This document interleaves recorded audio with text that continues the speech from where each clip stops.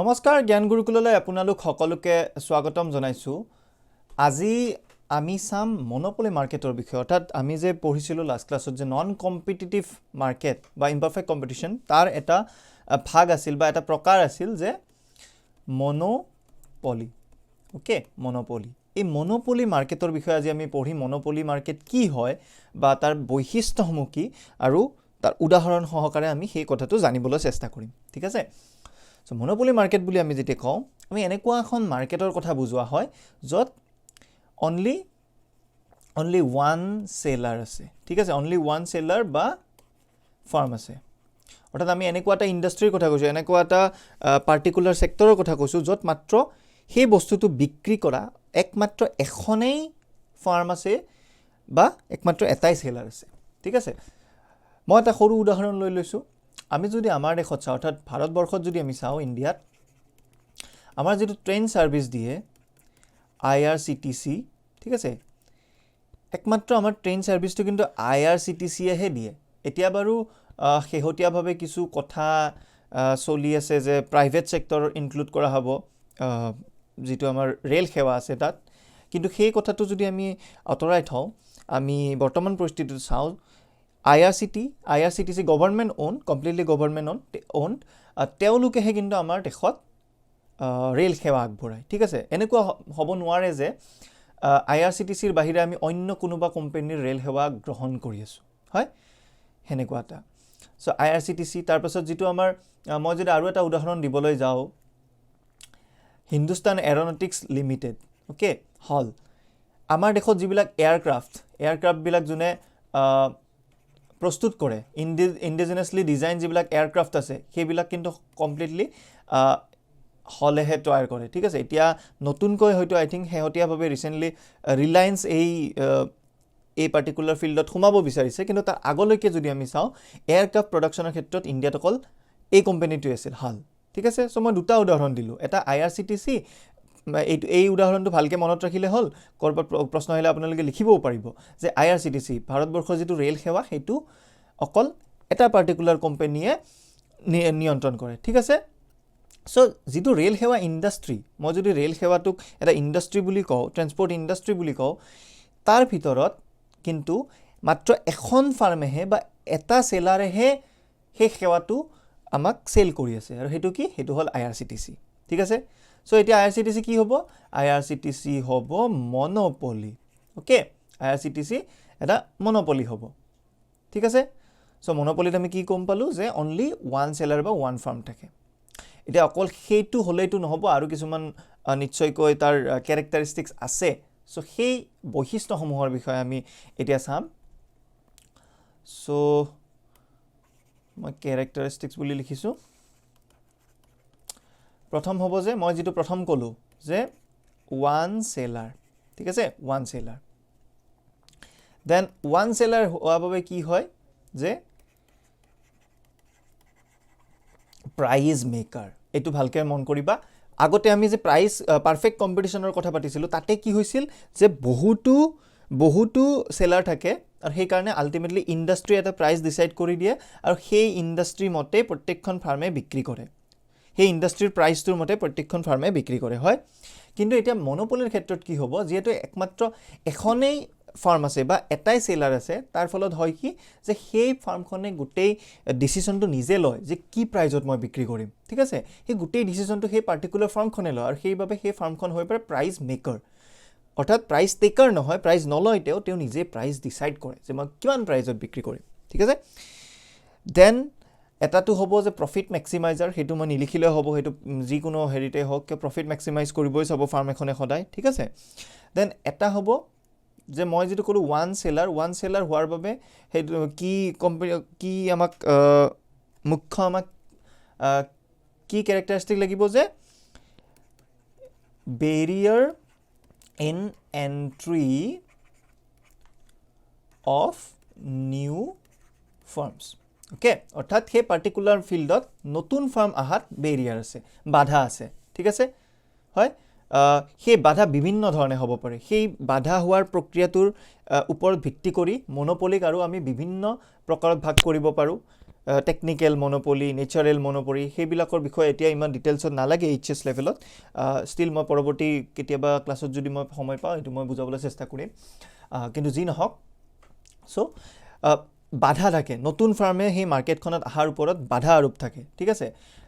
এটা মই সৰু উদাহৰণ দি বুজাই দিছোঁ ছাপ'জ কিবা এটা নতুন ডিজিজ এটা আহিছে বেমাৰ এটা আহিছে ঠিক আছে নতুন ডিজিজ এটা আহিছে আৰু তাৰে ভেকচিন এটা ওলাল অ'কে ভেকচিনটো ওলালে মাত্ৰ এখন অনলি ওৱান ফাৰ্মে ঠিক আছে এখন ফাৰ্মাচী ফাৰ্মাচী এখন মানে ফাৰ্মে সেই ভেকচিনটো ওলালে এটা লেবে পাৰ্টিকুলাৰ কিবা এটা লেবে সেই ভেকচিনটো ওলালে সেই পাৰ্টিকুলাৰ ডিজিজটোৰ ঠিক আছে মই কৰোণাৰ কথা কোৱা নাই কৰোণাত অলৰেডি বহুকেইটা ভেকচিন ওলাই গ'ল বেলেগ বেলেগ ফাৰ্মৰ গতিকে সেইটো এতিয়া মনোপলি টাইপ হৈ থকা নাই কিন্তু ছাপ'জ ধৰি ল'লোঁ কিবা এটা বেলেগ নতুন বেমাৰ আহিল তাৰে ভেকচিন উলিয়ালে কিন্তু পৃথিৱীৰ একমাত্ৰ এখন ফাৰ্মেহে উলিয়ালে ঠিক আছে এতিয়া কি হ'ব এই ফাৰ্মখনৰ হাতত অট'মেটিকেলি এনেকুৱা এটা চিটুৱেশ্যন আহি যাব যে সেই পাৰ্টিকুলাৰ ইণ্ডাষ্ট্ৰিটোত সেই পাৰ্টিকুলাৰ বেমাৰৰ ক্ষেত্ৰত হোৱা মানে ভেকচিন ডেভেলপৰ সেই ইণ্ডাষ্ট্ৰিটোত সেই ফাৰ্মখনে একমাত্ৰ চেলাৰ হৈ গ'ল হয় সেইটো নেচাৰেলি হৈ গ'ল কাৰণ বেলেগে কৰিব নোৱাৰিলে তাৰ ফলত কি হ'ল যে সেই ফাৰ্মখনক মানে পেটেণ্ট দি দিয়ে যে অন্য ফাৰ্মে এওঁলোকৰ পৰা মানে সেই ভেকচিন প্ৰস্তুত কৰা সেই প্ৰক্ৰিয়াটো লৈ তেওঁলোকে নিজাকৈ প্ৰস্তুত কৰিব নোৱাৰিব এওঁলোকক পেটেণ্ট দি দিলে আমি যে কওঁ পেটেণ্ট দিয়া বুলি ঠিক আছে এই পেটেণ্ট দিয়া বুলি যে শুনো যে অমুকটো ঔষধৰ কাৰণে এইখনক মানে পেটেণ্ট দি দিলে ঠিক আছে চ' সেনেকৈ পেটেণ্ট দিয়াৰ ফলতো কি হ'ব পাৰে এখন ফাৰ্ম মনোপলি হৈ যাব পাৰে ঠিক আছে চ' পেটেণ্ট দিয়াৰ ফলত কেতিয়াবা এখন ফাৰ্ম মনোপলি হৈ যাব পাৰে যে সেই পাৰ্টিকুলাৰ ফিল্ডত এখনেই ফাৰ্ম আছে বিক্ৰী কৰা হিচাপে ঠিক আছে চ' সেইটো এটা কথা এতিয়া আমি পালোঁ তিনিটা প্ৰধান বৈশিষ্ট্য এটা ওৱান ছিংগল এটা প্ৰাইজ মেকাৰ এটা barrier in entry of new firms then আৰু এটা কি হ'ব পাৰে এটা হ'ব পাৰে যে যিটো প্ৰডাক্ট বিক্ৰী কৰে ঠিক আছে সেই পাৰ্টিকুলাৰ প্ৰডাক্টটো ওৱান প্ৰডাক্ট ঠিক আছে সেই ফাৰ্মখনে এটা প্ৰডাক্ট বিক্ৰী কৰে সেই পাৰ্টিকুলাৰ প্ৰডাক্টটোৰ কি নাথাকিব সেই প্ৰডাক্টটোৰ ন' ক্ল'জ ছাবষ্টিটিউশ্যন থাকিব নোৱাৰিব ৰাইট অৰ্থাৎ এনেকুৱা হ'ব নোৱাৰিব যে এতিয়া মই যদি কওঁ চাহ আৰু কফিৰ কথা গোটেই পৃথিৱীত যদি ধৰি ল'লোঁ এখন ফাৰ্ম আছে আছাম টি কোম্পেনী বুলি মই এখন ফাৰ্ম ধৰি ল'লোঁ এনেই আৰু হাইপথেটিকেলি ভাবি লৈছোঁ আছাম টি কোম্পেনীয়ে গোটেই পৃথিৱীত চাহৰ যোগান ধৰে চাহ বিক্ৰী কৰে ঠিক আছে কিন্তু কি হয় লগত চাহৰ কি ছাবষ্টিটিউট থাকে চাহৰ ছাবষ্টিটিউট কি হ'ব পাৰে যে কফি মানে চাহ নাখায় কফিৰেও সেই প্ৰয়োজনটো পূৰণ কৰিব পাৰে তেনে ক্ষেত্ৰত কি হৈ যাব পাৰে যে কফিৰ ছাপ'জ বেলেগ ফাৰ্ম আছে মাৰ্কেটখনত অ'কে কফিৰ ক্ষেত্ৰত বেলেগ ফাৰ্ম আছে আৰু তাৰ ফলত কি হ'ব যে এই পাৰ্টিকুলাৰ ইণ্ডাষ্ট্ৰিটোত ঠিক আছে এই পাৰ্টিকুলাৰ বেভাৰেজ ইণ্ডাষ্ট্ৰিটোত টিৰ জেগাত কফি বা তেনেকুৱা বেলেগ যেতিয়া প্ৰডাক্ট থাকিব তেতিয়া সেইটোক আমি মনোপলি বুলি নকওঁ ঠিক আছে এইটোক আমি বেলেগ আন আছে ডিঅ'পলি আছে বা অলিগ'পলি আছে সেইবিলাক পাৰ্টিকুলাৰ মাৰ্কেট ষ্ট্ৰাকচাৰত পলি যাব মনোপলি হ'ব লাগিলে এনেকুৱা এটা প্ৰডাক্ট বিক্ৰী কৰিব লাগিব যাৰ কোনো ধৰণৰ ক্ল'জ ছাবষ্টিটিউশ্যন হ'বই নোৱাৰে এতিয়া চাহৰ ক্ষেত্ৰত আমি কফিৰ এটাক ছাবষ্টিটিউট কৰি দিব পাৰোঁ কিন্তু এনেকুৱা এটা বস্তু ছাপ'জ মই এই যে ভেকচিনটোৰ কথা ক'লোঁ এটা নতুন বেমাৰৰ ভেকচিন যিটো অকল এখন ফাৰ্মে উলিয়াইছে তাৰ কোনো বেলেগ ছাবষ্টিটিউট নায়েই মানে পৃথিৱীত এতিয়ালৈকে সৃষ্টিয়ে হোৱা নাই ঠিক আছে কোনো ছাবষ্টিটিউট মানে সৃষ্টিয়ে হোৱা নাই তেনে ক্ষেত্ৰত আমি সেইটোক মনোপলি বুলি ক'ম য'ত সেই পাৰ্টিকুলাৰ প্ৰডাক্টটোৰ ন' ক্ল'জ ছাবষ্টিটিউশ্যন কোনো ধৰণৰ মানে ছাবষ্টিটিউট নাথাকিব সেই পাৰ্টিকুলাৰ প্ৰডাক্টটোৰ ঠিক আছে গতিকে মই চাৰিটা ক'লোঁ তাৰ লগত আৰু এটা মই শেষত কৈ দিওঁ নতুন কনচেপ্ট এটা যে price discrimination okay price discrimination মই অকণমান এইখিনি মোহাৰি লৈছোঁ